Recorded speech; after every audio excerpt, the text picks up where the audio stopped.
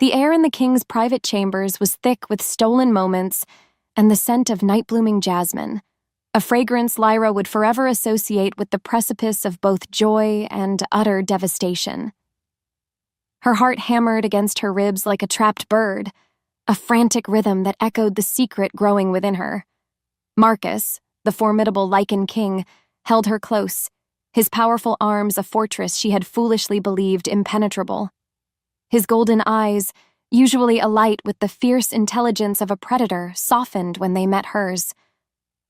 "My Lyra," he murmured, his voice a low rumble that vibrated through her, a sound that promised protection. He traced the curve of her jaw with a thumb, his touch sending shivers down her spine. "You are a dangerous distraction, little wolf." She giggled, a breathless sound. "And you, my king, are a most welcome one." In that moment, she felt utterly cherished, a fragile flower blooming in the shadow of his immense power.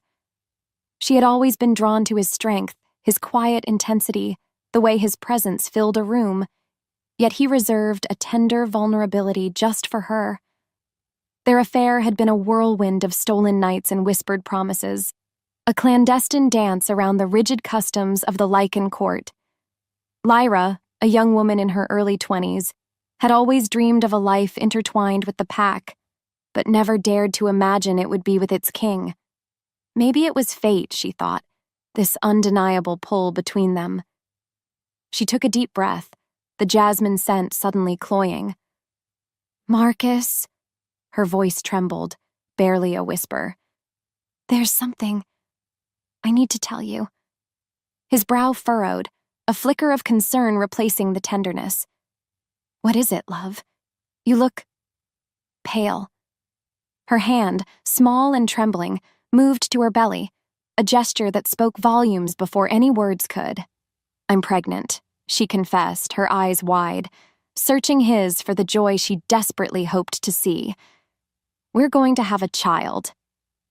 For a beat later, silence roared, deafening in the intimate space.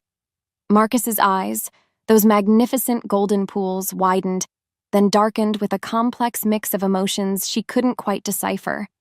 A flash of profound, raw joy sparked there, undeniable and pure, before it was swiftly, brutally eclipsed by something else. Fear. A cold, hard fear that stole the warmth from the room. "A child," he repeated, his voice strained, almost a gasp. He pulled back, his hands dropping from her, as if her touch had suddenly burned him. His gaze fell to her stomach, then darted around the opulent chamber as if searching for unseen listeners. "Lyra, do you understand the implications of this?" Her heart skipped, a painful lurch. "Implications? Marcus, it's a miracle. Our child, a true heir to the Lycan king." She reached for him, her fingers brushing his arm. "We can finally be open about us. We can be a family." Instead, he stepped away, putting a chilling distance between them. His face, usually so composed, was a mask of internal torment. "You don't understand," he muttered, running a hand through his dark hair. "The ancient prophecy. The council. The kingdom is already fragile. A secret heir, born outside of the sanctioned unions. It could shatter everything." Lyra stared, her initial joy curdling into a bitter dread. Shatter everything? What about us? What about our bond? Is our love not enough to overcome some old superstition? Deep down, she knew the truth was far more complicated, but her heart refused to accept it. As the silence stretched, heavy and suffocating, Lyra felt a cold weight settle in her chest. The air thickened with unspoken anxieties, with the crushing weight of a crown she hadn't truly understood. She had seen him as her love, her protector, but now she saw him as a king, burdened by responsibilities far beyond her comprehension. His struggle was palpable, a silent scream of duty warring with desire. What followed was a chilling realization. Her dream, her hope, her very future, now hung precariously on the precipice of his impossible choice. She didn't know what scared her more, the chilling fear in his eyes, or the dawning understanding that his love, however real, might not be enough to save them. The council chamber, usually a place of measured debate and strategic planning, hummed with a low, anxious energy. Marcus sat at the head of the long, polished table, his posture regal, but his jaw was tight, a muscle twitching beneath his skin. Before him, maps of the Lycan lands lay unfurled, marked with ominous crimson splotches indicating the spread of the mysterious blight. The air, usually crisp and clean in the castle, carried a faint, unsettling scent of decay, a constant reminder of the kingdom's slow, agonizing decline. "My king," Elder Theron, his voice raspy with age and concern, gestured to a blighted region on the map. "The blight spreads. Our crops wither. Our pack grows restless. They whisper of a broken pact, an ancient prophecy unfulfilled." More importantly, Elder Theron's eyes, sharp and knowing, flickered to Marcus's face, a silent question in their depths. Marcus felt the weight of their gazes, the unspoken accusation. He knew what they truly suspected, that his clandestine love, his secret affair, was the true cause of the kingdom's suffering. The prophecy spoke of ruin if the sacred bond of a fated mate was rejected, but it was a twisted truth. The council, a shadowy group of powerful, conservative elders, had interpreted it to mean that any unsanctioned union, any deviation from tradition, would bring destruction. They had been subtly manipulating him for months, pushing him towards a politically advantageous marriage to a powerful rival pack, believing it was the only way to appease the ancient spirits and save their lands. "The prophecy is a myth, Elder," Marcus stated, his voice firm though his heart hammered. "Superstition. We need practical solutions, stronger alliances, not old wives' tales." Yet the other council members murmured, their faces grim. Elder Kaelin, a stern woman with eyes like chips of ice, leaned forward. "The people need a queen, Your Majesty. A strong, pure lineage to secure our future. The alliance with the Northern Peaks Pack. Princess Seraphina is a formidable match. Her bloodline is impeccable, her magic untainted." Marcus's hand clenched beneath the table. Seraphina. A name that tasted like ash in his mouth. He knew the pressure was immense. Not only that, but the blight was real, the unrest growing. He felt the kingdom's pain as if it were his own, a constant ache in his soul. He had to protect his people, even if it meant sacrificing his own happiness. He had to make a choice. "We will discuss the Northern Peaks Alliance further," Marcus conceded, his voice tight. "But for now, our focus is the blight, and any rumors must be quelled. There is no broken pact." He met Elder Theron's gaze, a silent challenge passing between them. He had to deny Lyra publicly to protect her from the council's wrath and to protect his kingdom from their destructive interpretations of the prophecy. As the wind shifted outside the castle walls, carrying the faint, sickly sweet scent of the blight, Marcus felt a chill seep into his bones. He knew what he had to do. His heart screamed in protest, but his mind, honed by years of leadership, saw no other path. He had to choose his kingdom over his heart. He had to reject Lyra. Later that night, alone in his chambers, the silence was a heavy shroud. He pulled a small, intricately carved wooden wolf from beneath his pillow, its smooth surface worn from countless touches.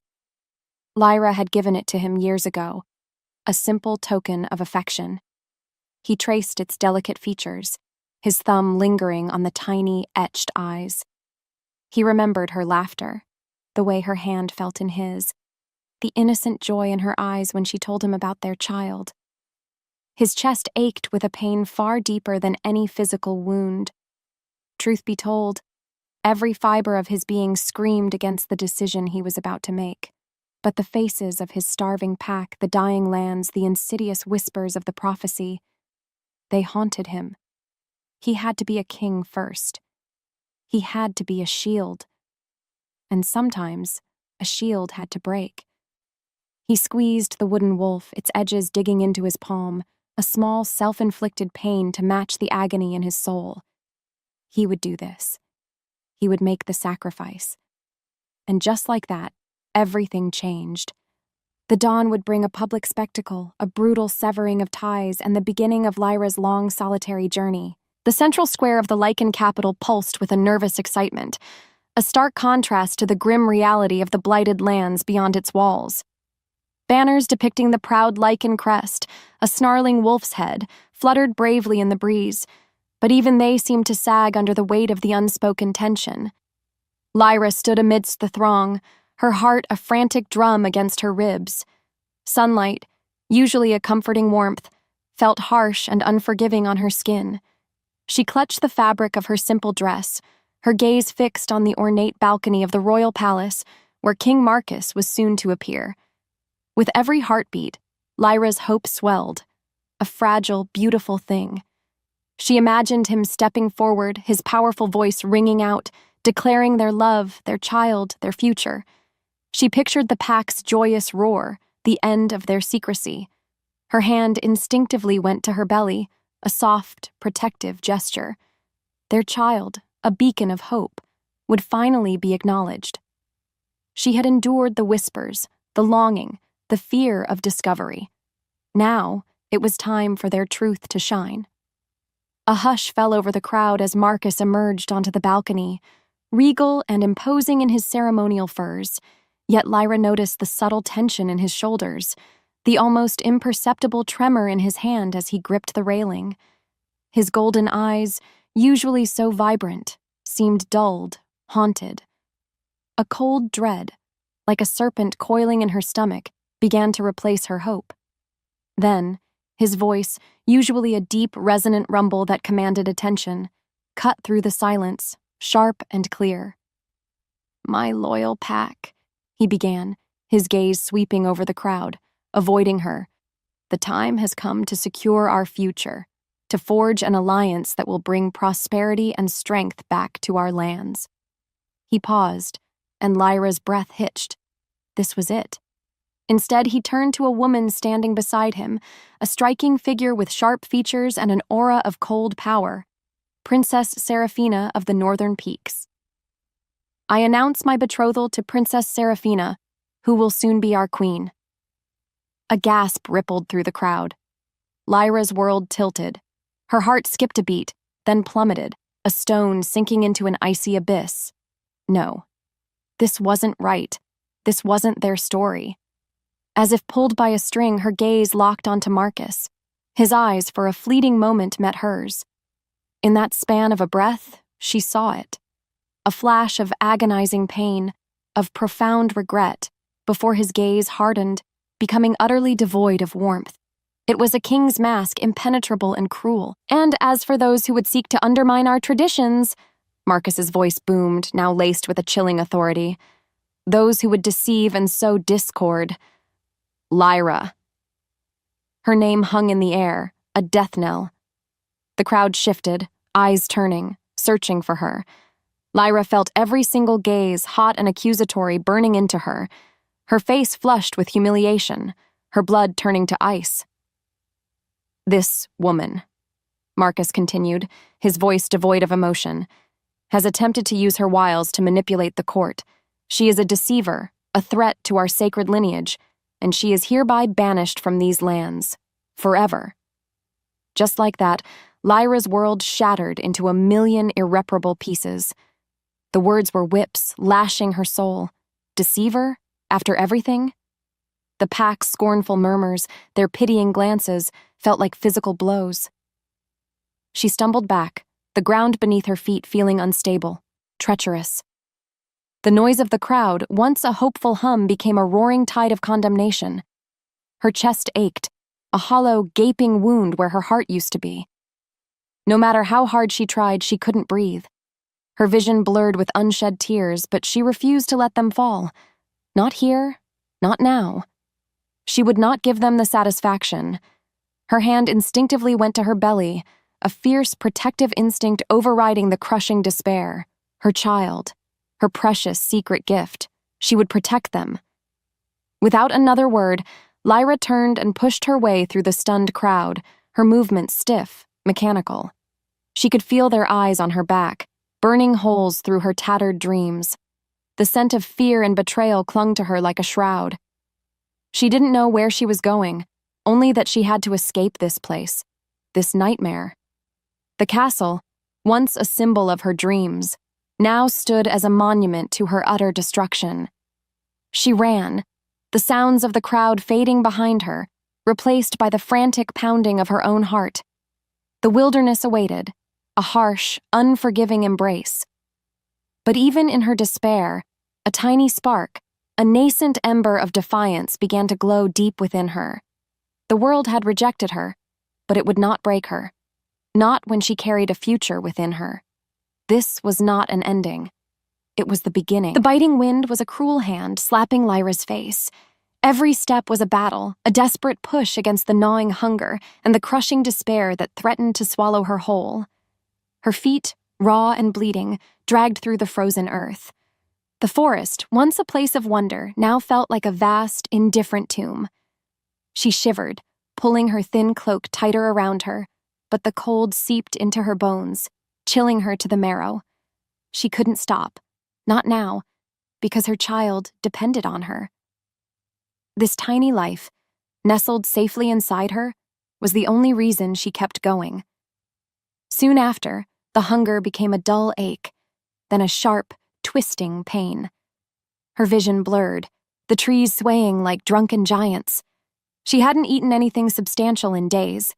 Her body, already strained by pregnancy, screamed for rest, for warmth, for food. But there was no rest, no warmth, no food. Only the endless, unforgiving wilderness. She pushed through the biting wind, through the gnawing hunger, through the crushing despair, because to stop meant death for both of them. She knew that truth deep down in her aching soul. She stumbled, falling to her knees by a half-frozen stream, the icy water biting at her exposed skin. Her breath hitched, ragged and shallow. Tears, frozen before they could fall, stung her eyes. Was this it? Was this how her story ended? Alone, abandoned, with her child still unborn? A whimper escaped her lips, a sound of utter defeat. She closed her eyes, the world spinning, ready to give in to the darkness. But then, a low growl ripped through the silence, sharp and guttural. Her eyes snapped open. Standing over her, teeth bared, was a massive, gaunt wolf, its eyes glowing with predatory hunger. Its fur was matted, its ribs showing, a creature as desperate as she was. Terror, cold and sharp, stole her breath. She couldn't move. Her body, heavy and weak, refused to obey. This was it. The end. Instead, as the wolf lunged, a strange, warm energy pulsed through Lyra's veins, clear as day. It wasn't a thought, not a decision, but an instinct, primal and fierce. Her hand, without thinking, shot out towards the snarling beast. A wave of shimmering, unseen force erupted from her, a blinding flash of light that seemed to crackle in the frigid air. The wolf mid-leap yelped, a sound of pure shock and pain, and was thrown backward, landing with a surprised thud. It scrambled to its feet, whimpering, and then, to Lyra's utter astonishment, turned tail and bolted, disappearing into the shadows of the trees. Lyra stared, her heart still pounding, but now with a different rhythm, a mix of terror and bewildered awe. What was that?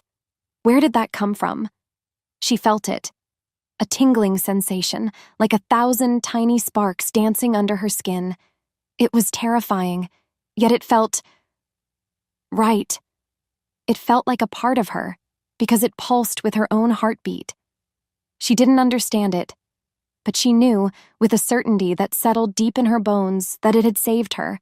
And because it had saved her, it could save her child. This strange, new power was a mystery, an open loop in her desperate journey, but it was also her only hope. The air in the small, rocky alcove felt heavy, charged with an unseen energy Lyra now recognized as her own.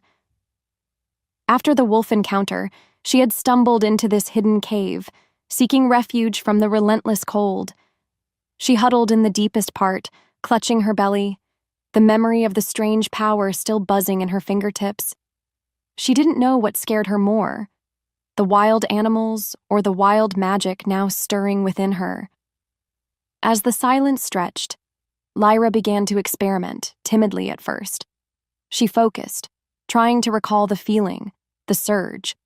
She imagined warmth, and a faint, golden glow pulsed from her hands, chasing away the bone-deep chill. She thought of water, and a trickle of clear, sweet liquid began to seep from a crack in the rock wall, because her power seemed to answer her unspoken needs. It was bewildering, yet exhilarating. This was no ordinary magic. It felt ancient, raw, intrinsically linked to the very essence of the forest, to the primal pulse of life itself. In fact, the more she focused, the more she realized this power wasn't just hers. It felt connected to the very core of what a Lycan was. It hummed with the same wild energy she'd felt from Marcus, but purer, untamed. It was like she was tapping into the very heartbeat of the werewolf world, a hidden wellspring of power that had lain dormant within her. Maybe it was fate, she mused, that this power awakened only after her sacred bond was shattered, as if the universe itself was compensating for the profound injustice. One evening, a faint whimper from outside the cave startled her. A small, injured deer, its leg caught in a hunter's snare, lay struggling in the snow. Pity, sharp and immediate, pierced through Lyra's fear. She hesitated, her instincts screaming at her to stay hidden, to conserve her strength. But then, she thought of her own helplessness, her own pain, and a fierce resolve hardened her features. She couldn't just watch it suffer. Without thinking, Lyra crawled out of the cave, the cold biting at her again. She approached the deer slowly, cautiously. Its eyes, wide and terrified, watched her. She extended her hand, a soft green light beginning to emanate from her palm. She focused, channeling the strange, ancient power, willing it to heal. The light intensified, wrapping around the deer's injured leg. A low hum filled the air, and Lyra felt a strange connection, a merging of her energy with the creature's pain. What followed was a miracle. The snare snapped, not from force, but as if it simply dissolved. The deer's leg, moments ago twisted and broken, visibly straightened, the wounds closing, the fur smoothing over. It stood, tested its weight, and then, with a grateful nudge against Lyra's hand, bounded away into the trees, leaving only faint tracks in the snow. Lyra stared at her hands, trembling, not from cold, but from the sheer magnitude of what she had done. This power, it was terrifying, yet it felt like a part of her because it pulsed with her own heartbeat. She knew she had to understand it, to control it, to master it. Not just for survival, but for something more. For justice. For her child. This was her new reality, a path forged in betrayal and powered by ancient magic. She would learn to wield it, because her child's life depended on it. The cave became her sanctuary, a womb within the earth. The days blurred into weeks, then months, marked only by the growing curve of her belly and the increasing strength of the life within. Lyra continued to practice her power, carefully, meticulously. She learned to draw warmth from the stone, to coax berries from barren bushes, to create a faint, protective shimmer around her small haven. Her body remembered him, Marcus, the way he held her, the way he whispered her name. But now, that memory was a bitter fuel, hardening her resolve. Eventually, the day came. The pains started subtly, a dull ache that grew into sharp, relentless waves. Lyra was alone, utterly alone, save for the echoes of her own grunts and cries against the cave walls. The cold bit, but a primal fire burned within her, a fierce determination to bring this life into the world. Hours stretched into an eternity of agony and raw effort. She pushed, she strained, she fought, because there was no other choice. She would not fail. Then, a tiny, piercing cry cut through the silence, a sound more beautiful than any music she had ever heard. A small, slippery body slid into her trembling hands. Her baby, her daughter. Lyra collapsed back, exhausted, but a wave of overwhelming, unconditional love washed over her, obliterating all pain, all despair. This tiny, perfect being, born of betrayal and wilderness, was her universe. She held her close, pressing a kiss to the soft, downy head, inhaling the sweet new scent of her child, her daughter, her secret heir. With a single glance at her newborn's face, Lyra's resolve solidified, hard and unyielding. This tiny life was her reason, because it gave her strength she never knew she had. She would not just survive, she would thrive. She would hone her power, because she would never again be powerless. She would become formidable, cunning, a force of nature, all for this child. This was her sacred vow. As the bond pulsed between them, Lyra felt something inside her shift, profoundly and irrevocably. The raw, untamed magic that had awakened within her now felt intrinsically linked to this new life, amplifying her purpose. Her wolf, dormant for so long, stirred within her, a protective growl rising in her throat, not of anger, but of fierce, unwavering devotion. She would learn, she would fight, she would survive for this child. This was her new destiny, forged in fire and tempered by love. Years later, the cave was no longer just a refuge. It was a home, a training ground. Lyra, now visibly stronger, her movements fluid and purposeful, practiced manipulating raw energy, her ancient power humming around her. Her daughter, a bright-eyed child of 5, with Lyra's fierce spirit and eyes that held a hint of Marcus's golden hue, played near the entrance, unknowingly radiating a faint, unique energy of her own. The open loop of Lyra's power was slowly closing, becoming a weapon, a shield, and a promise. The world had banished her, but it had also given her a gift, a power and a purpose far greater than she had ever imagined. The hidden sanctuary was a tapestry of green and gold, woven deep within the ancient whispering forest. Sunlight dappled through the canopy, painting shifting patterns on the moss-covered ground. It was a place Lyra had carved out of the wilderness with her own 2 hands and, more importantly, with the burgeoning power that now hummed beneath her skin. A small, sturdy shelter, crafted from fallen branches and reinforced with subtle, unseen energy, stood nestled amongst towering oaks.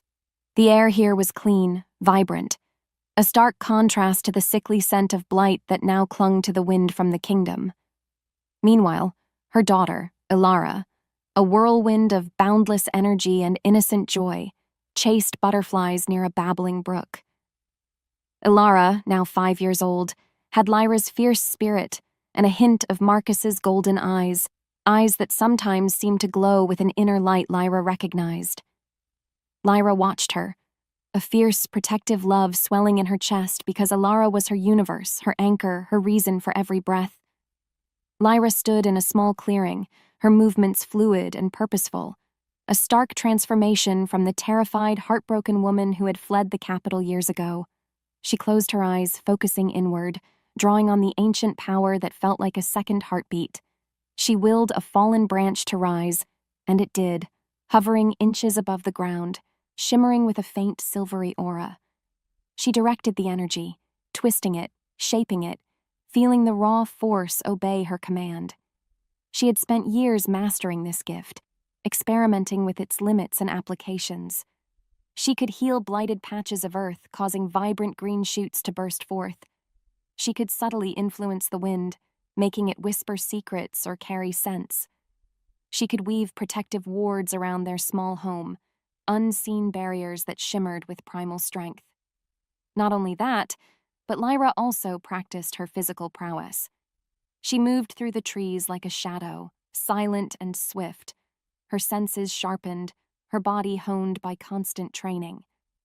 She was no longer just a woman.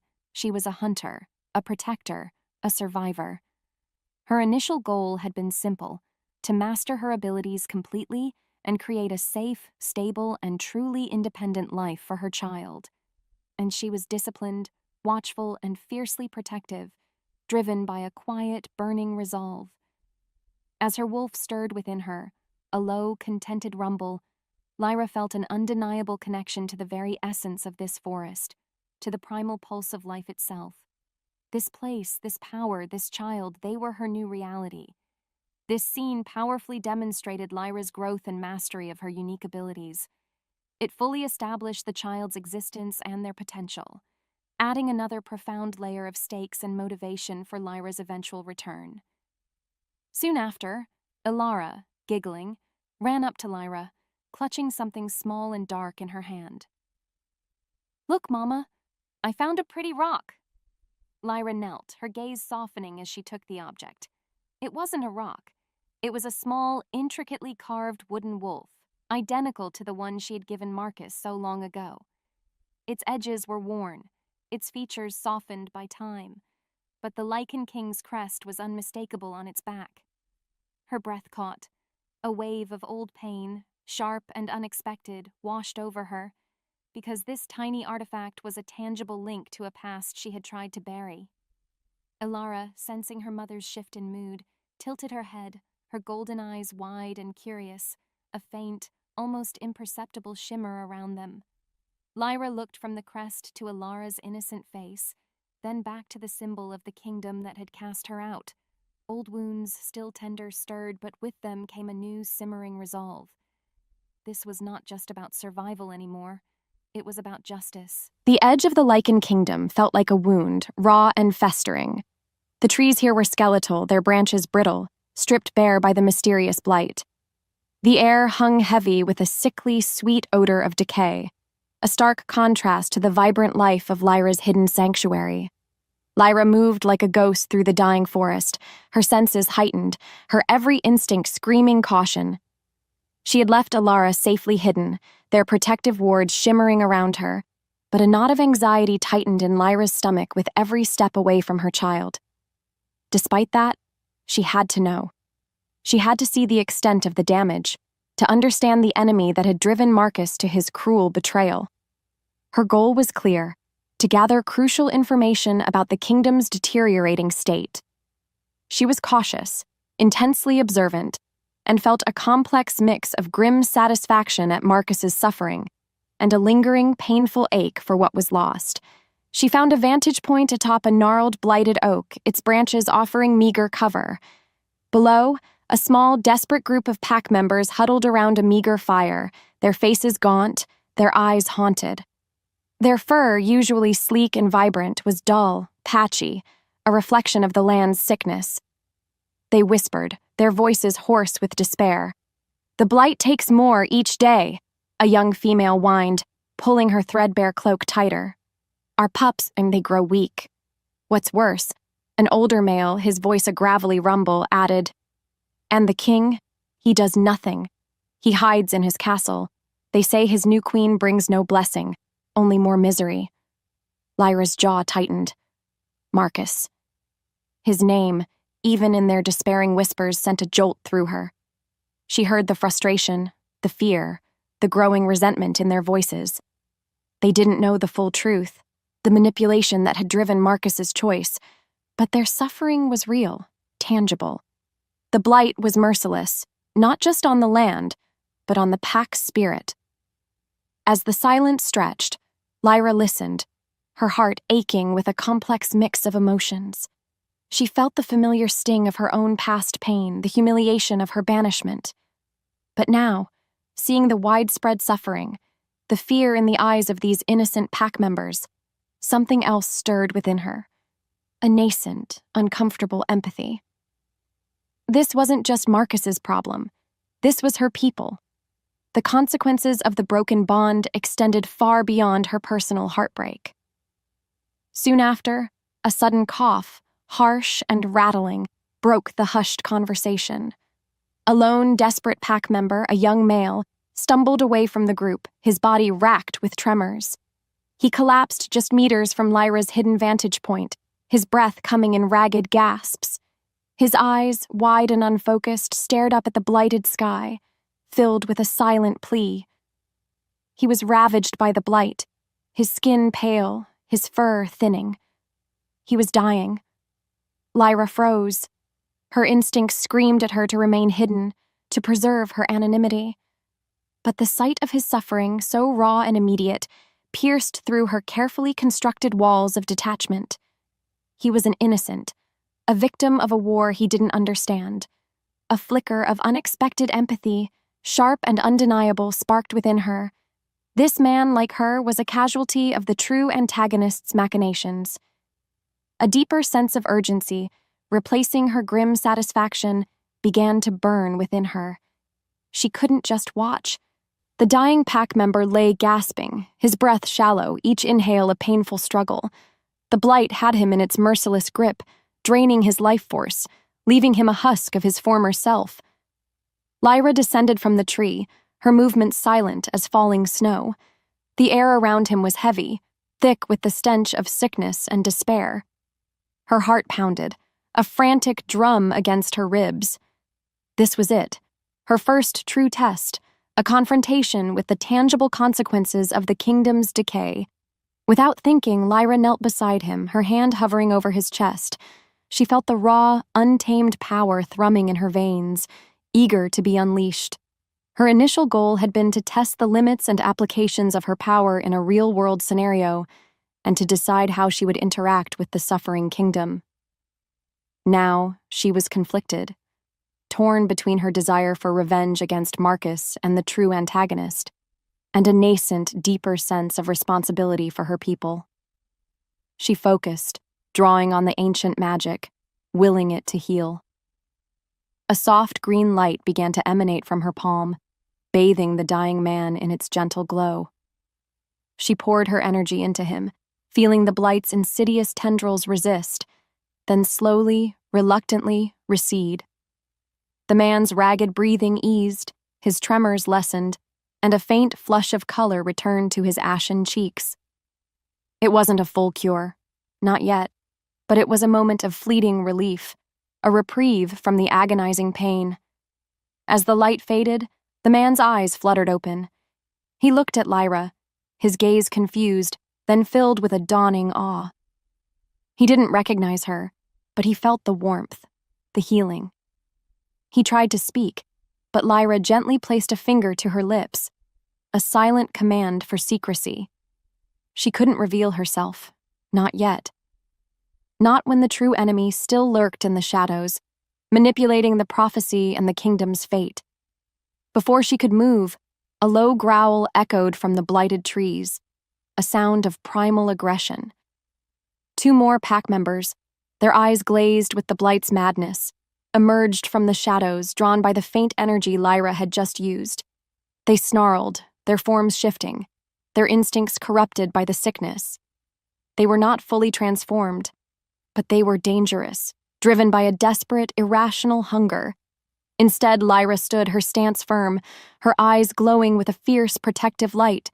She raised her hands, not in aggression, but in a silent command.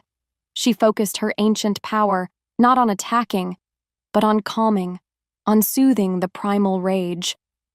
A wave of shimmering, unseen energy pulsed from her, washing over the blighted wolves. Their snarls softened, their forms wavered, and the madness in their eyes receded, replaced by a momentary confusion, a flicker of their true selves. They hesitated, then turned, shambling back into the shadows, leaving Lyra and the recovering man alone. Lyra watched them go, her heart heavy. This scene had forced her to confront the raw reality of the blight and the widespread suffering it caused, challenging her desire for revenge with a burgeoning sense of compassion. It had also served as a powerful demonstration of her growing control and the unique nature of her power. She had saved a life, offered a moment of peace, without revealing her identity. As Lyra returned to Alara, her decision now solidified, clear as the mountain spring. She would return to the kingdom, not just for personal vengeance against Marcus, but for answers, for justice against the true antagonist, and ultimately, to secure her child's future in a healed world. Her journey had begun with heartbreak, but it would end with purpose. The Lycan capital, once a vibrant heart of the kingdom, now felt like a dying beast. Its grand stone walls, once gleaming, were stained with a creeping, dark moss, like a disease. The air, usually filled with the bustling sounds of pack life, was eerily quiet, broken only by the mournful whisper of the wind through blighted trees. Lyra moved like a shadow, her senses stretched taut, every nerve alert. She had left Alara hidden in a small, enchanted hollow just outside the city, a place she had warded with her strongest magic because her daughter's safety was paramount. As the wind shifted, carrying the sickly sweet scent of decay, Lyra approached the city's lesser-used northern gate. It was less guarded, more susceptible to the blight, a testament to the kingdom's weakening defenses.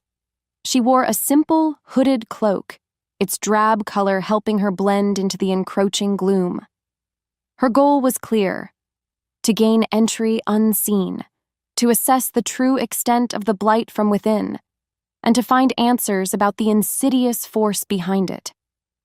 She was cautious, determined, and felt a complex mix of apprehension and grim satisfaction at witnessing the decay firsthand. But then, a low growl cut through the silence. 2 pack guards, their faces gaunt and their eyes wary, emerged from the shadows near the gate. They weren't fully blighted, but their movements were sluggish, their usual sharp instincts dulled. They carried crude, blunted spears, a sign of the kingdom's dwindling resources. One sniffed the air, his nose twitching. "Something's not right," he muttered, his voice raspy. A strange scent, like wild magic. Lyra froze, melting deeper into the shadows of a crumbling wall. Her heart pounded, a frantic drum against her ribs. She didn't want to engage. Not yet. Not when her identity was still her most powerful secret. She focused her ancient power not on attack but on subtle misdirection. She willed a sudden gust of wind to whip up dust and dead leaves, creating a momentary distraction. At the same time, she projected a faint, confusing shimmer around herself, making her form seem to waver like heat haze on a summer road. In that moment, the guards blinked, rubbing their eyes. "Just the wind," the other grumbled, though his eyes still darted nervously. They were suspicious, but not fully alert because the blight had weakened their senses. Lyra seized the opportunity, slipping past them like smoke, her footsteps silent as a falling feather. She was inside. The city felt like a ghost town, empty streets stretching out like skeletal fingers. Not only that, but the air inside was even heavier, thick with the stench of sickness. Houses stood empty, their windows like vacant eyes. She could hear the faint, desperate whimpers of sick pups from behind closed doors, a sound that twisted her gut. This scene established the immediate difficulty and danger of her return, showcasing her strategic thinking and growing confidence in her abilities in a hostile environment. Soon after, Lyra found herself on a rooftop overlooking the castle courtyard, a place that once held so much promise and so much pain. From this hidden vantage point, she saw him. Marcus. He stood alone in the courtyard, his shoulders slumped, his head bowed. He looked haggard, isolated, a king burdened by unseen weights. His powerful frame seemed diminished, his golden eyes, even from this distance, visibly haunted by unseen burdens and the crumbling state of his kingdom. He was a shadow of the fierce, confident leader she had once loved. A cold ache, sharp and familiar, pierced Lyra's heart, because seeing him like this, broken and alone, was a stark reminder of the devastating consequences of his choice. The castle study was a tomb of regret. Bookshelves lined the walls filled with ancient tomes and scrolls, but Marcus saw none of them. His gaze was fixed on the maps spread across his massive oak desk, maps now covered in the angry red blotches of the blight. The scent of old parchment and dying wood filled the air, a constant reminder of his failures. He ran a hand through his dark hair, his fingers tangling in the strands, his mind a whirlwind of guilt and despair. Meanwhile, Lyra, hidden in the shadows of a grand tapestry, watched him, her heart a tangled knot of emotions. She had used her stealth and heightened senses to slip into the castle, drawn by an invisible thread, a need to understand the man who had shattered her world. Her initial goal was to confirm his suffering, to see him pay for his betrayal. But what she saw now was not just suffering, but profound, agonizing torment. Marcus slammed his fist on the desk, the sound echoing in the cavernous room. "Fools!" he snarled, his voice raw, unkingly. "They twist the words, they blind themselves with fear." He picked up an ancient scroll, its brittle edges crumbling in his hand. The prophecy. It spoke of ruin if the fated bond was broken, not of unsanctioned heirs, not of political alliances. His voice cracked, a sound of pure anguish. He paced, a caged wolf, his words a desperate confession to the empty room. "They told me, the council, they said the blight was a sign that my love for you, Lyra, was an abomination, that only a sanctioned union, a pure bloodline, could appease the spirits and save the kingdom. They threatened my people, my lineage, everything I swore to protect." He stopped, his back to Lyra, his shoulders shaking. "I had to choose. My kingdom. Or my heart." Lyra's breath hitched. Her simmering anger, a constant companion for years, began to crack, replaced by a powerful surge of old feelings, of empathy, and a dawning, horrifying understanding. The council, the shadowy, manipulative forces she had only glimpsed. They weren't just advising him, they were controlling him. They had twisted the prophecy, used his love for her as a weapon, because they sought power. "I loved you, Lyra," Marcus whispered, his voice thick with unshed tears. "More than life itself. Banishing you. It was the hardest thing I have ever done. Every day, I live with that choice. Every day the blight reminds me of my monumental mistake." He turned, his face ravaged by guilt, his golden eyes filled with an ocean of regret. "I sacrificed everything, and it was for nothing. The blight still spreads. The kingdom crumbles. And I lost you." Lyra was utterly shocked by the depth of his torment, by the true manipulative nature of his betrayal. Her initial goal was to confirm his suffering, but this revelation changed everything. Her simmering anger was complicated by a powerful resurgence of old feelings, empathy, and a dawning understanding of the true antagonist's intricate manipulation. This was the crucial turning point of the story. Lyra's understanding of Marcus shifted from pure personal betrayal to tragic manipulation. It fundamentally reframed the central conflict from personal revenge to a shared, urgent fight against the true, hidden antagonist.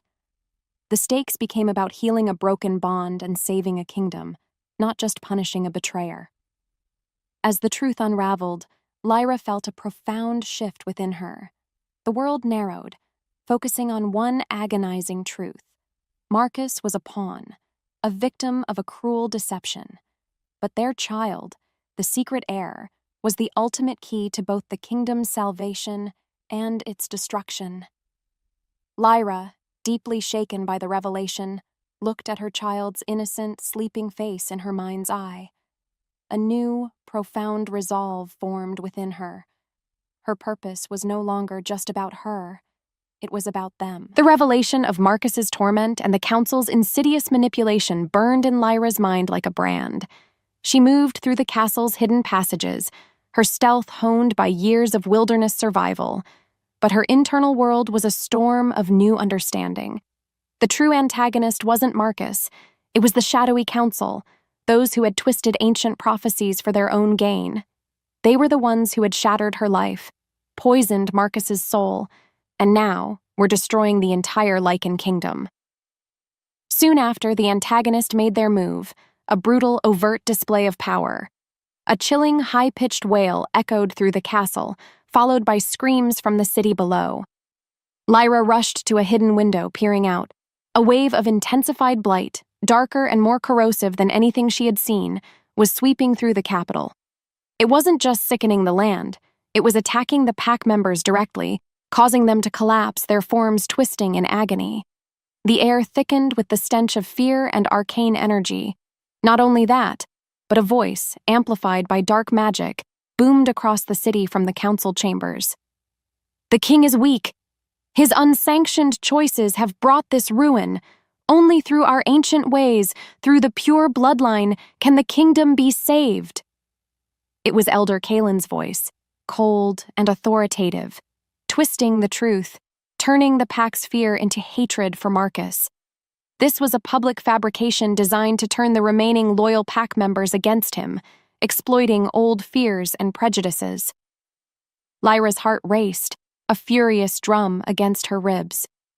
This was no longer just about Marcus's suffering. This was a full-scale assault, a cynical power grab that threatened every living being in the kingdom, including her child. Lyra, now fully understanding the depth of their malice, realized they were the true, insidious enemy. Her goal shifted dramatically from confronting Marcus for personal betrayal to actively exposing and ultimately defeating the true antagonist for the sake of the kingdom and her child's future. She was determined, strategic, and felt a renewed, powerful sense of purpose that transcended her past pain. As the sky darkened, mirroring the encroaching despair, Lyra felt her ancient power surge within her, a burning fire beneath her skin. It was a call to arms, a primal roar. The plot now had a clear, external antagonist, allowing Lyra's personal quest to merge seamlessly with the kingdom's survival. The urgency for action became paramount. Her thoughts spun, connecting the dots. The twisted prophecy, Marcus's forced hand, the spreading blight, the council's desperate power play. It all clicked into place. She had a unique power, a secret heir, and a deep understanding of the true nature of the sacred bond. She could use it. She could fight back. She could expose them. This was her chance, not just for revenge, but for redemption for Marcus, for healing for the kingdom, and for a future for her child. Lyra, her mind racing, began to formulate a daring plan, leveraging her unique ancient power and her secret knowledge of the child's existence to directly counter the antagonist's escalating threat. The game was on. The stench of decay clung to the air like a shroud. Thick and cloying, even here, deep within the blighted forest outside the capital. Lyra knelt, her fingers brushing the sickly, blackened bark of an ancient oak, its life force slowly being choked out by the pervasive blight. Her heart thrummed with a new, fierce resolve, a fire ignited by Marcus's confession and the council's blatant manipulation. She knew now that her true enemy wasn't the man she had loved, but the insidious forces that had twisted his hand and poisoned his kingdom. As the wind shifted, Lyra closed her eyes, focusing inward. She felt the ancient power surge within her, a vibrant counterforce to the blight's oppressive darkness. It pulsed with the pure essence of the Lycan world, a deep connection that the council, in their arrogance, had tried to suppress. Her goal was clear: to weaken the antagonist's hold and force them into the open.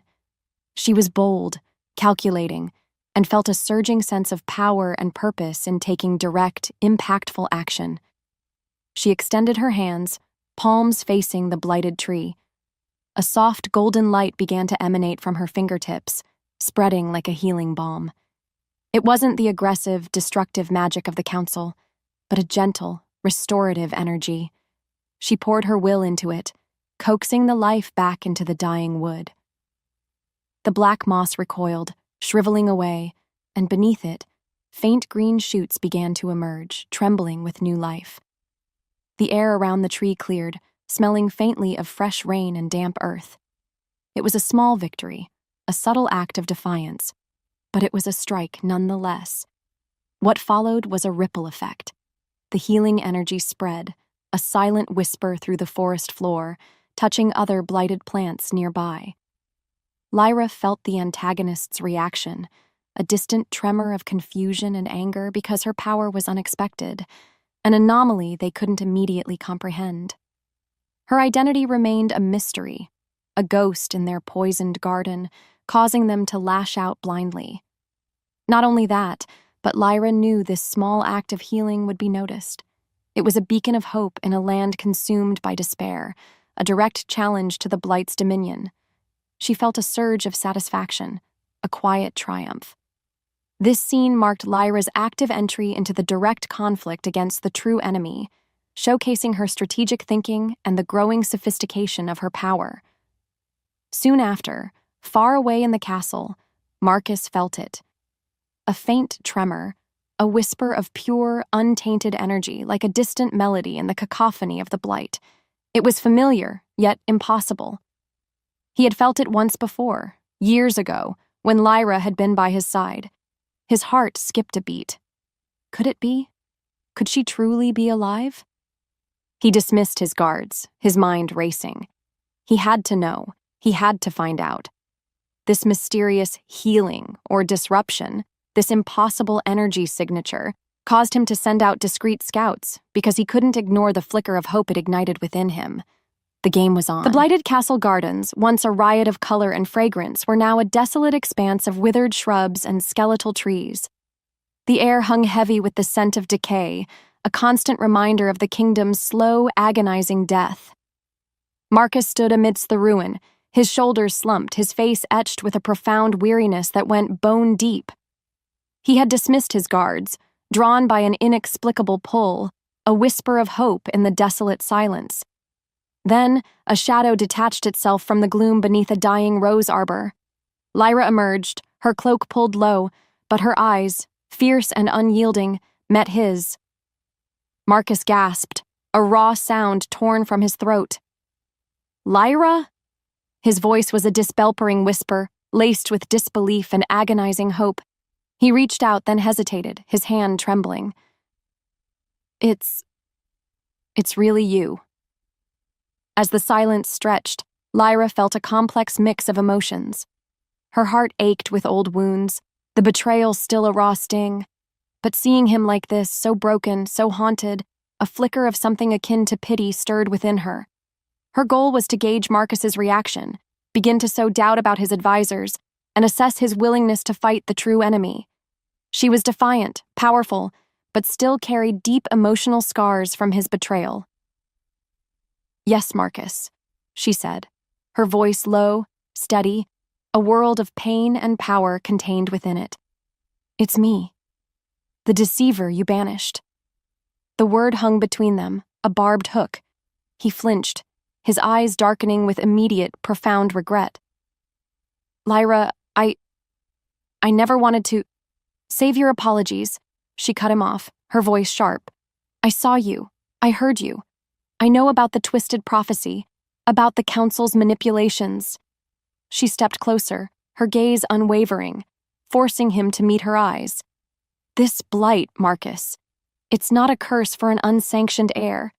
It's the consequence of a broken sacred bond, our bond, and the council. They twisted the truth to gain power." He stared at her, his golden eyes wide with shock and dawning horror. You know?" He ran a hand through his hair, his mind racing. "But how? And this power, that healing I felt, that was you?" "Yes," she affirmed, a faint green light pulsing from her fingertips, a soft, undeniable display of her ancient power. "It's real, and it's intrinsically linked to the primal essence of our kind. A gift, not a curse." She watched him, assessing. Was he truly willing to see the truth, to fight against the forces that had manipulated him? She did not yet reveal the existence of their child. This was their first direct face-to-face confrontation after years of separation. It forced Marcus to confront his past actions, and Lyra to control her raw emotions. It set the crucial stage for future cooperation or continued conflict between them. Before either could speak, a chilling, high-pitched shriek tore through the air. The ground trembled, a wave of intensified blight, darker and more corrosive than anything Lyra had seen, swept through the castle gardens, targeting the very heart of the kingdom's magical nexus, the ancient moonstone altar, a source of Lycan power. The antagonist agents, having finally detected Lyra's presence and Marcus's wavering loyalty, launched a more direct, devastating attack on a vital part of the kingdom, forcing Lyra and Marcus into an uneasy, immediate alliance to defend it. There was no time for explanations, no time for lingering pain. Only action. The moonstone altar, usually glowing with a soft, ethereal light, now pulsed with a sickly, corrupted energy. Dark tendrils of blight, like grasping claws, snaked across its ancient surface, threatening to extinguish its power forever. The air crackled with malevolent magic, thick with the antagonist's dark intent. Lyra and Marcus stood side by side, their bodies tense, their eyes locked on the encroaching darkness. The attack was swift, merciless, and utterly overwhelming. Without warning, shadowy figures, cloaked and faceless, emerged from the blighted trees, their movements unnaturally swift. They were the antagonist's agents, perhaps corrupted pack members or dark mages, their eyes burning with a cold, ruthless zeal. They moved with a chilling coordination, clearly aiming to destroy the altar and, with it, the last vestiges of the kingdom's true power. Lyra's immediate goal was to protect her child and survive the overwhelming attack, forcing a desperate, temporary alliance with Marcus. She was desperate, furious, and utterly exposed emotionally. "Protect the altar!" Marcus roared, his voice regaining its kingly authority, even as his face was etched with grim determination. He shifted, his body rippling, his golden eyes blazing as he prepared to unleash his Lycan form. As if summoned, Lyra moved with him, her ancient power surging to meet his.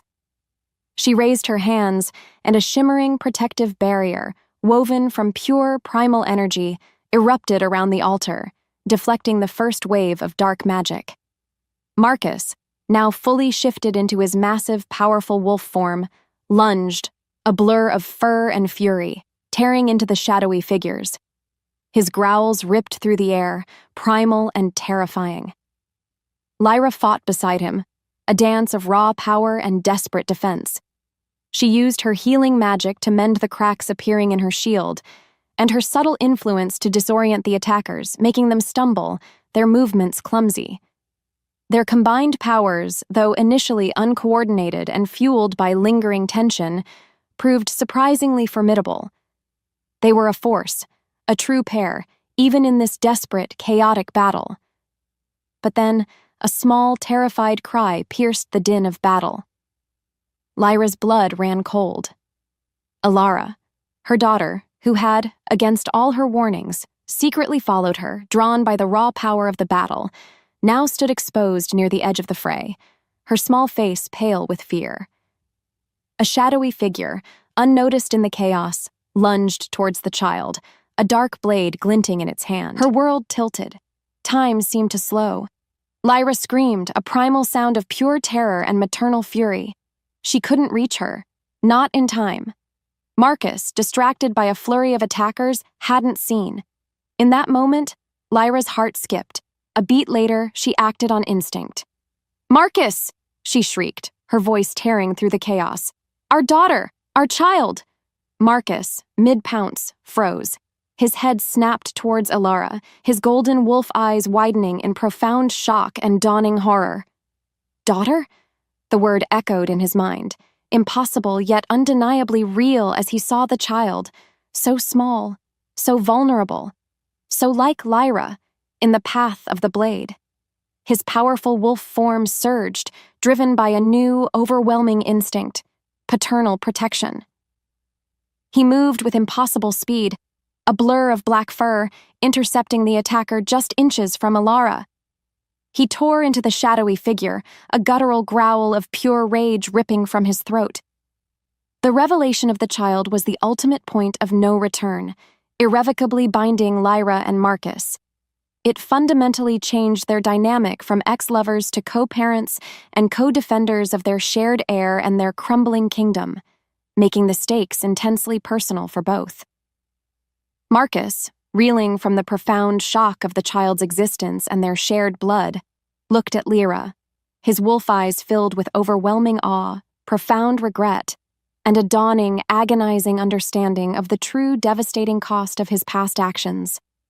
The battle raged, but for a moment, only the silent roar of their shattered past and their undeniable future filled the space between them. The air in the castle courtyard, moments after Alara's existence was revealed, was thick with a new, terrifying energy. It wasn't just the lingering scent of battle, it was the cold, calculating malice of the antagonist.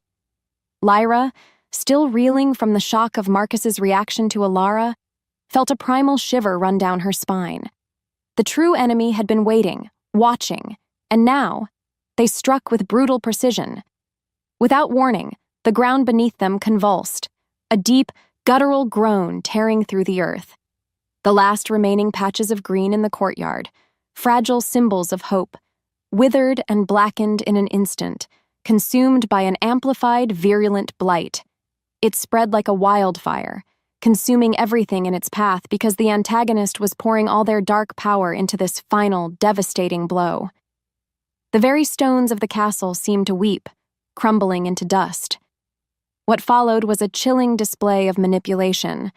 From the highest tower, Elder Kalen's voice, amplified by dark magic, boomed across the entire capital, echoing through the blighted streets.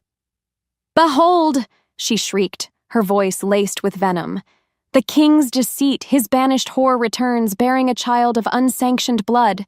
This is the true source of our ruin. The prophecy foretold it. The sacred bond broken, the bloodline tainted." As the silence roared, a collective gasp rose from the few remaining loyal pack members, quickly turning into shouts of fear and betrayal.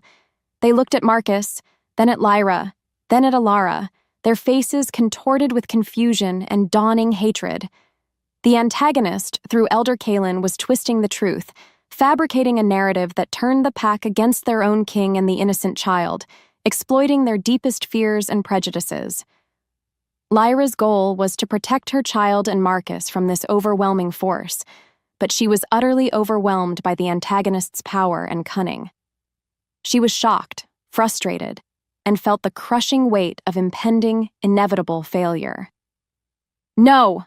Marcus roared, shifting fully into his magnificent wolf form, his golden eyes blazing with fury and despair. "She speaks lies. Lyra is my fated mate. This child is our heir." But his words were lost in the rising tide of fear and anger, drowned out by the antagonist's insidious magic. Instead, dark, shadowy figures, the antagonist's agents, materialized from the swirling blight, their numbers seemingly endless. They were not just attacking the land. They were attacking the very spirit of the pack, sowing discord and chaos. Lyra tried to erect a stronger shield, but the sheer force of the blight, amplified by the pack's collective fear and the antagonist's dark magic, was too much. Her power flickered, strained to its limits. Because of that, the antagonist gained a significant, seemingly insurmountable upper hand, demonstrating their formidable power and undermining all of Lyra and Marcus's efforts, driving them to the brink. Lyra felt a cold dread seep into her bones. They were losing. Everything they had fought for, everything they had rediscovered, was slipping away.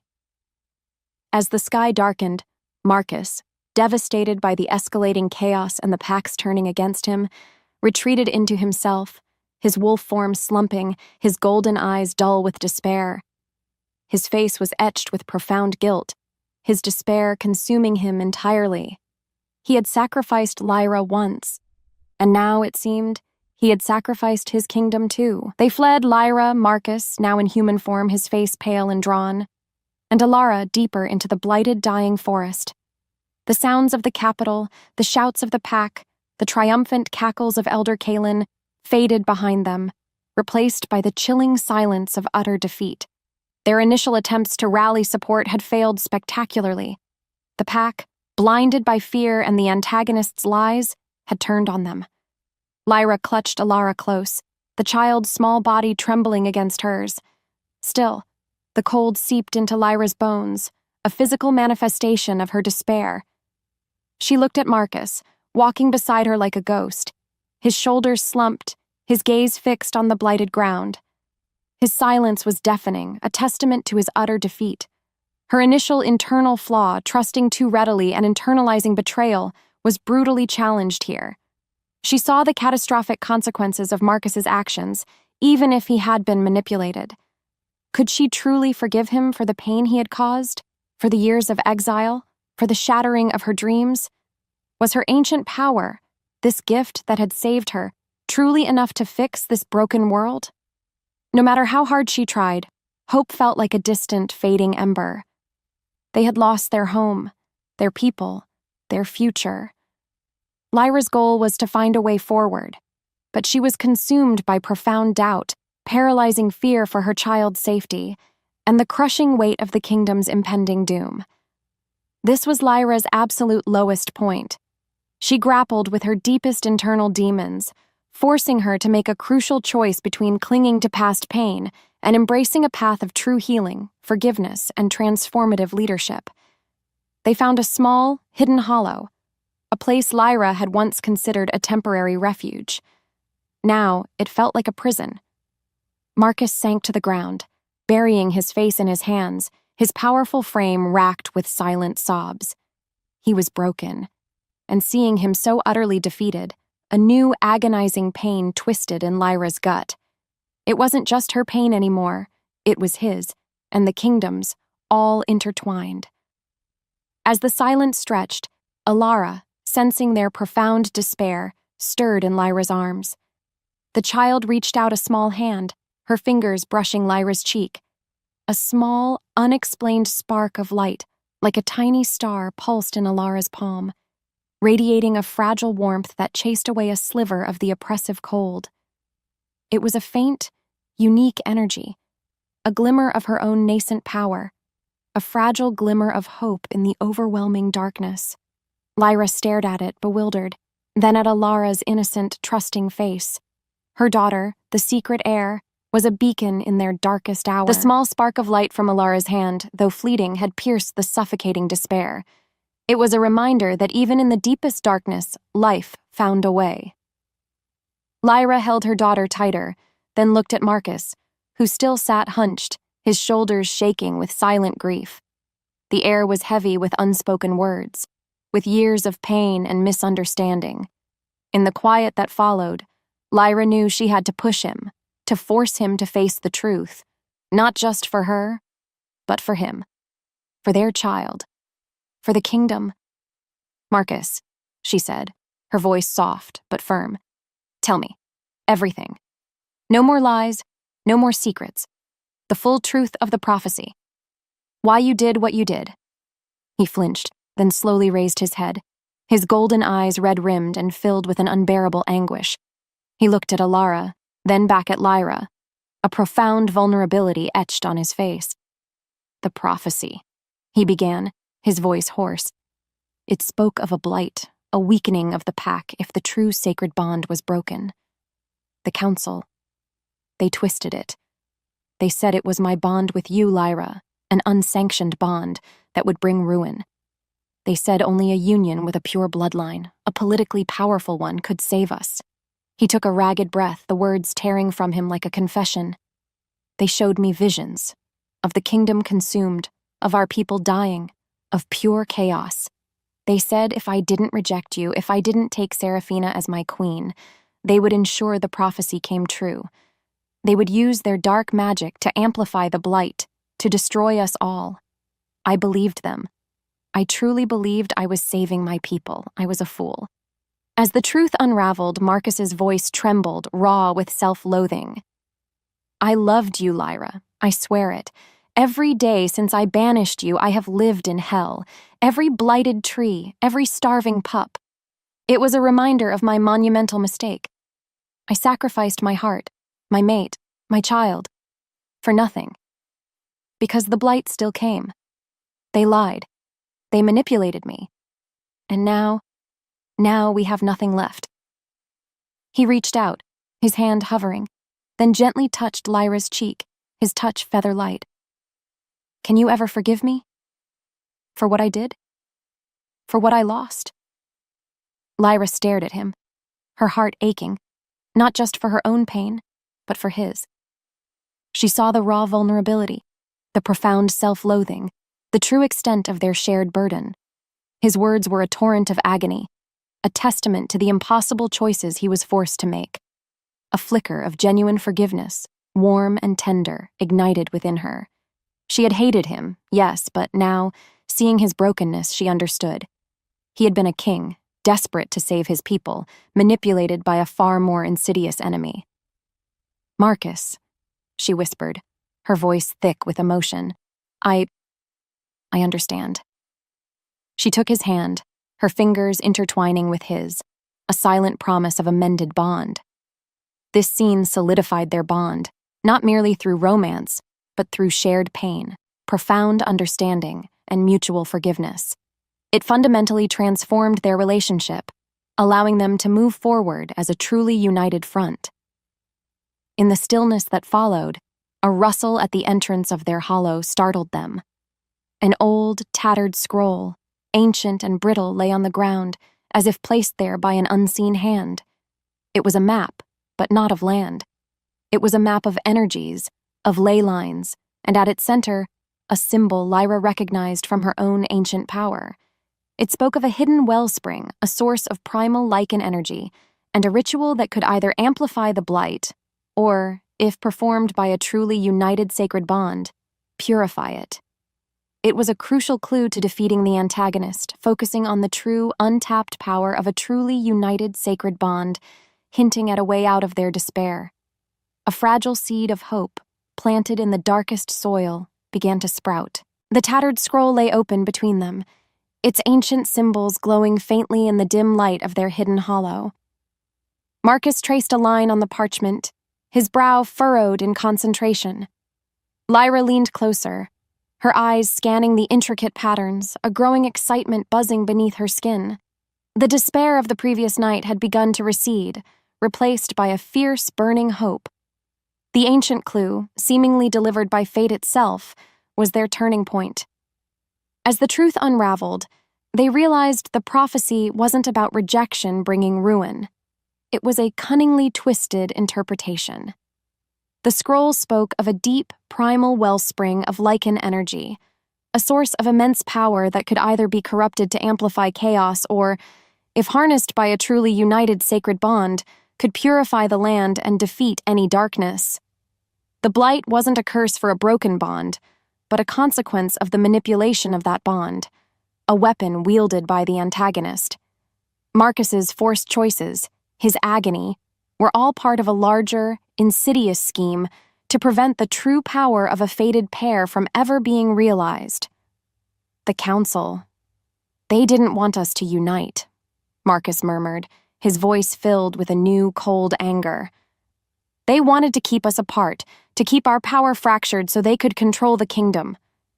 He looked at Lyra, his golden eyes blazing with a renewed determination. This ritual, it requires both of us, our combined essence, our bond, truly mended. Lyra nodded, her gaze firm. Her initial goal had been to fully understand how to harness their combined unique power. She was determined, intensely focused, and felt a powerful, undeniable sense of destiny guiding their path. This profound revelation reignited their hope and solidified their joint, sacred purpose. Her wolf stirred within her, a low, powerful rumble of agreement. This was the definitive solution and the clear path forward, shifting the narrative from overwhelming despair to strategic, purposeful action. Soon after, Alara, sensing the shift in their parents' mood, crawled into Lyra's lap, her small hand reaching for Marcus's. Her touch, innocent and pure, seemed to solidify the connection between them, a living embodiment of the bond they were fighting to restore. Marcus gently stroked Alara's hair, a soft, tender gesture that spoke volumes of his newfound acceptance and love for his daughter. With newfound clarity, they began to formulate a daring plan. It was risky, dangerous, but it was their only chance. They would use the scroll to locate the hidden wellspring of power, confront the antagonist at their source, and perform the ritual to purify the blight and restore their kingdom. This was their fight, together. The chill of the blighted forest still clung to them, but within their hidden hollow, a new warmth began to spread, the warmth of shared purpose. Lyra and Marcus, their faces grim but resolute, stood before their few remaining loyalists. It was a small, fractured group, an elderly, wise she-wolf named Anya, whose eyes had seen too much suffering, a young, fierce warrior named Kale, whose loyalty to Marcus was unwavering despite the kingdom's fall, and a handful of desperate, weary pack members, their spirits nearly broken by the blight. As the silence stretched, Lyra knew this was her moment to truly lead. She had to convince them, to ignite a spark of hope in their despairing hearts. Her goal was to unite the fractured pack and execute their perilous plan. She was confident, authoritative, and fully embraced her role as a formidable leader, no longer defined by her past rejection. "My people," Lyra began, her voice clear and strong, resonating with a power that surprised even herself. "I am Lyra, the one banished, the one you were told was a deceiver." She paused, letting the words hang in the air. "But the truth is far darker. I was manipulated, and so was your king." Marcus stepped forward, standing shoulder to shoulder with her, a silent testament to their unity. "The Council," he stated, his voice now ringing with authority. "They twisted the ancient prophecy. They are the true enemy. They sought to fracture our sacred bonds, to control our power, and they used the blight as their weapon." He gestured to the ancient scroll.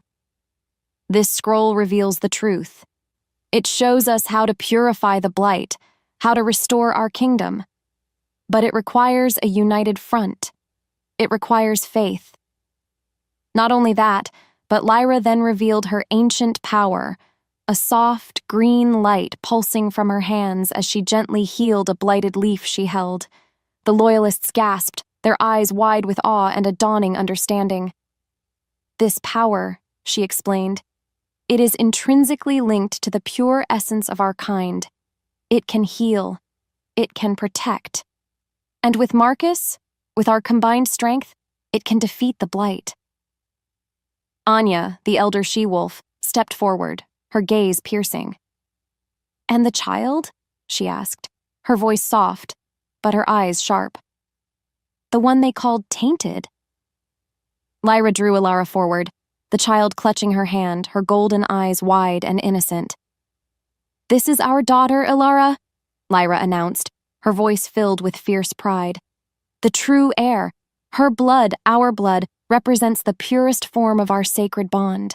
She is the living proof that the prophecy was twisted, that our bond is not a curse, but a blessing." Because of that, a ripple of murmurs, then gasps, spread through the small group. Kale, the young warrior, dropped to one knee. "My king, my queen," he said, his voice thick with emotion. "We will follow you, to the end."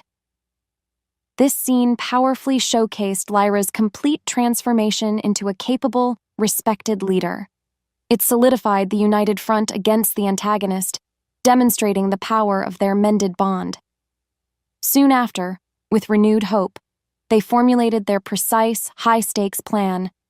They would use the scroll to find the hidden wellspring of power, the antagonist's true stronghold. Lyra and Marcus, with Alara, would lead the charge, their combined power the key.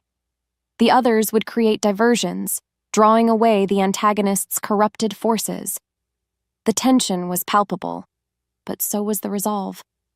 They were preparing for the end, a final, desperate gamble for their future. The journey to the antagonist's stronghold was a march through a nightmare. The blight intensified with every step, the air growing heavy with its oppressive weight, the trees around them twisted into grotesque skeletal forms. Lyra walked beside Marcus, their hands clasped, a silent promise passing between them. Alara, nestled safely in a specially woven sling on Lyra's back, was a constant reminder of their ultimate purpose. Their small group of loyalists followed, their faces grim but determined. As the wind shifted, carrying the faint, sickly sweet scent of decay, Marcus pointed ahead. "Their stronghold," he murmured, his voice low. "The ancient temple. They've corrupted it, twisted its power for their own dark magic. The temple, once a beacon of light and worship, now loomed in the distance, a dark, foreboding silhouette against the bruised sky. Without warning, shadowy figures, the antagonist's corrupted agents, lunged from the blighted undergrowth. They were gaunt, their eyes burning with a cold, malevolent light. They snarled, their forms shifting, their movements jerky and unnatural. This was no ordinary skirmish. It was a test, a series of cunning traps designed to break their spirit before they even reached the stronghold. Lyra's goal was to reach the antagonist's lair and finally end their destructive reign.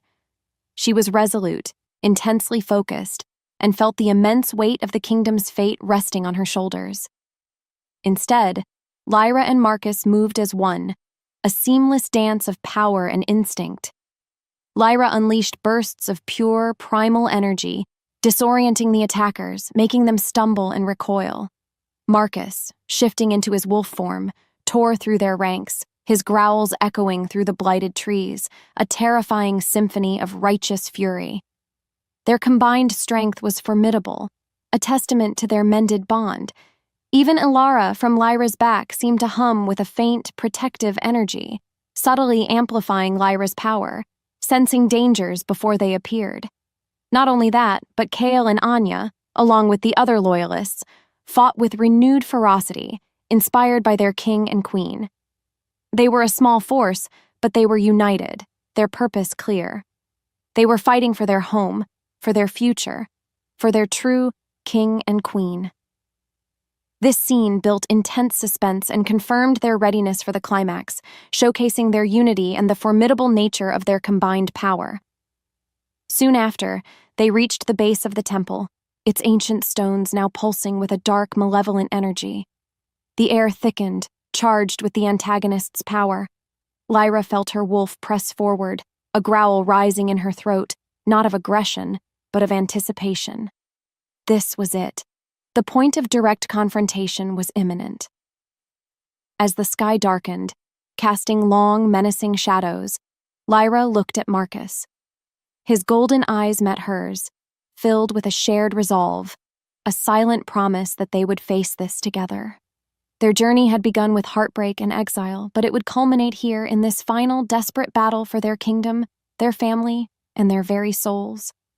The tension mounted, thick and palpable, a silent roar before the storm. The air in the ancient temple, the antagonist's stronghold, crackled with dark magic.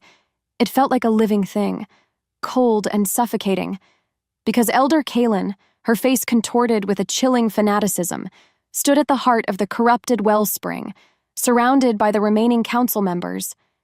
They chanted, their voices a discordant hum, amplifying the blight that pulsed from the ground, a black, oily ooze.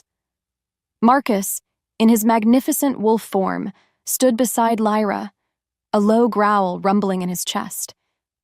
Lyra, her ancient power blazing around her, held Ilara close, the child's small body radiating a pure, vibrant light. This was it, the main showdown. As the silence roared, Elder Kaelin's eyes, black and lifeless, fixed on Lyra and Marcus. "Fools!" she shrieked, her voice echoing unnaturally. "You think your tainted bond can stand against the true prophecy? The blight will consume you. Your unsanctioned heir will be its first meal." She raised her hands, and waves of concentrated blight like black lightning shot towards them. Instead, Lyra and Marcus moved as one, a seamless dance of power and desperate hope. Lyra extended her hands, and a shimmering golden shield, woven from pure primal energy, erupted around them, deflecting the dark magic. It pulsed with the strength of their mended bond, a beacon against the encroaching darkness. Marcus lunged, a blur of fur and fury, tearing through the shadowy figures of the corrupted council members who guarded Kaelin. His growls ripped through the air, primal and terrifying. Lyra fought beside him, her ancient power a force of nature. She didn't just defend, she attacked. She sent tendrils of pure healing energy through the blight, causing it to writhe and dissipate, because her power was a direct counter to their corruption. With every heartbeat, she felt her connection to Marcus deepen, their energies intertwining, amplifying each other. It was a symphony of power, a dance of two souls finally in harmony. More importantly, Ilara, sensing the intensity, began to glow brighter, her small hands reaching out. A pure white light pulsed from her, amplifying Lyra's shield, making it impenetrable. She was the living embodiment of the sacred bond, the purest essence of their kind. Her presence was the catalyst, the true key. As if fate demanded it, Lyra and Marcus reached Elder Kaelin at the same time. Kaelin shrieked, unleashing a final, desperate surge of dark magic. a torrent of raw, destructive power aimed at Alara. But Lyra and Marcus were ready. They clasped hands, their eyes locking, a silent promise passing between them. Their combined power surged, a blinding wave of golden-green light that erupted from them, purified by Alara's innocent essence. It was the true power of the fated bond, unleashed. The light crashed into Kaelin, not with destructive force, but with a purifying wave. She screamed, a sound of agony and rage, as the dark magic that had corrupted her withered and peeled away. Her body convulsed, then collapsed, leaving behind only a withered husk, the blight's true form. The corrupted wellspring pulsed, then, with a final shuddering release, began to glow with a pure, vibrant light, its darkness banished. The central question of the story was answered. The broken bond can be mended, and love can truly heal the deepest betrayals. The antagonist was vanquished. Their dark power dissipated into nothingness, and a wave of vibrant, healing energy washed over the blighted lands, visibly restoring them. The conflict was resolved. Lyra's transformation was complete as she fully embraced her power, her role, and her place alongside Marcus. The temple, now cleansed, hummed with a soft, restorative energy.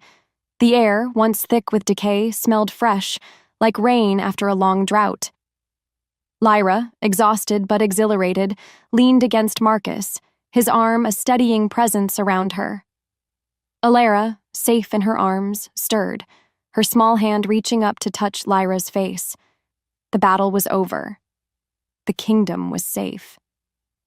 Soon after, the few loyalists who had followed them cautiously entered the temple, their faces a mixture of awe and disbelief. They looked at the now glowing wellspring, then at Marcus and Lyra, their eyes wide. The blight, even from here, was visibly receding from the lands beyond the temple walls, a wave of green washing over the landscape. "My king!" Kyle, the young warrior, dropped to one knee, his voice thick with emotion. "The blight! It's gone!"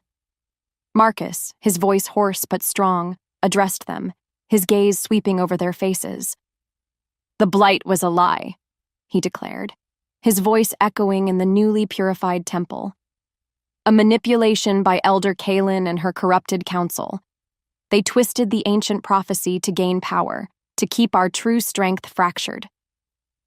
He looked at Lyra, his eyes filled with a profound love and respect. "This is Lyra, my fated mate, the true queen of the Lycans." He then gestured to Alara, who peeked out from Lyra's arms, her golden eyes sparkling. "And this is Alara, our daughter, our true heir. Her existence, our united bond, is the very power that defeated the blight and restored our kingdom." He explained the impossible choices, the manipulation he endured, and how Lyra's return, her power, and their mended bond had been the only way to save them all. The pack members gasped, murmuring amongst themselves, their faces shifting from confusion to understanding, then to a dawning reverence. Because of that, Lyra felt a profound sense of relief, a weight she hadn't realized she carried finally lifting. She saw the acceptance, the dawning respect in their eyes. Her long journey of rejection and return had found its emotional closure.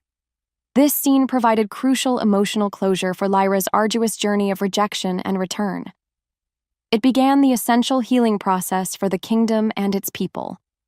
In the quiet that followed, Lyra and Marcus shared a deeply meaningful look, a silent acknowledgement of the immense journey they had undertaken, the profound bond they had reforged, and the future they had fought so hard to reclaim. The battle was won, but the healing had just begun. Months later, the Lycan kingdom was reborn, vibrant and flourishing. The blight was a distant, fading memory, replaced by lush forests, bountiful harvests, and the joyful sounds of a thriving pack. The castle, fully restored, gleamed under the sun, a symbol of renewed hope. Lyra stood on the balcony, the wind gently whipping her hair, watching Alara play in the courtyard below, her laughter ringing like bells. As the wind shifted, carrying the sweet scent of blooming wildflowers, Lyra felt a deep sense of peace. She was no longer the naive girl who had dreamed of being a queen. She was a queen, powerful and revered, standing confidently by Marcus's side. Her transformation was complete. She had embraced her ancient power, not just as a weapon, but as a tool for healing and leadership. Her initial internal flaw of trusting too easily had been replaced by a balanced wisdom and an unwavering inner strength, fully realized. Marcus joined her, his arm encircling her waist, pulling her close. "Our kingdom," he murmured, his voice filled with pride and gratitude, stronger than ever. Not only that, but Alara, now openly acknowledged and cherished by the entire pack, embodied the bright future. Her small, unique power, a gentle hum of pure Lycan essence, was nurtured and celebrated.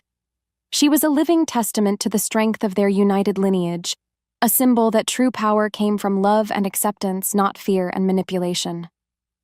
"Our family," Lyra corrected softly, leaning into his embrace. She looked at him, her heart overflowing. The pain of his past betrayal had faded, replaced by a profound understanding and an unbreakable bond forged in shared struggle and forgiveness. Their love, once clandestine and broken, was now the very foundation of their kingdom.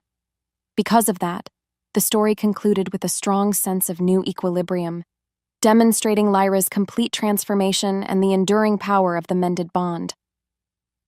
The central themes of consequences, betrayal, forgiveness, and healing were fully realized and celebrated. As the sky darkened, painting the horizon in hues of orange and purple, Lyra and Marcus stood together, their hands clasped, their daughter playing happily below. They looked out over their vibrant, thriving kingdom, a testament to their enduring love and their unwavering resolve. They had faced the darkness, overcome betrayal, and emerged stronger, together. Their future, once uncertain, now stretched before them, bright and full of promise.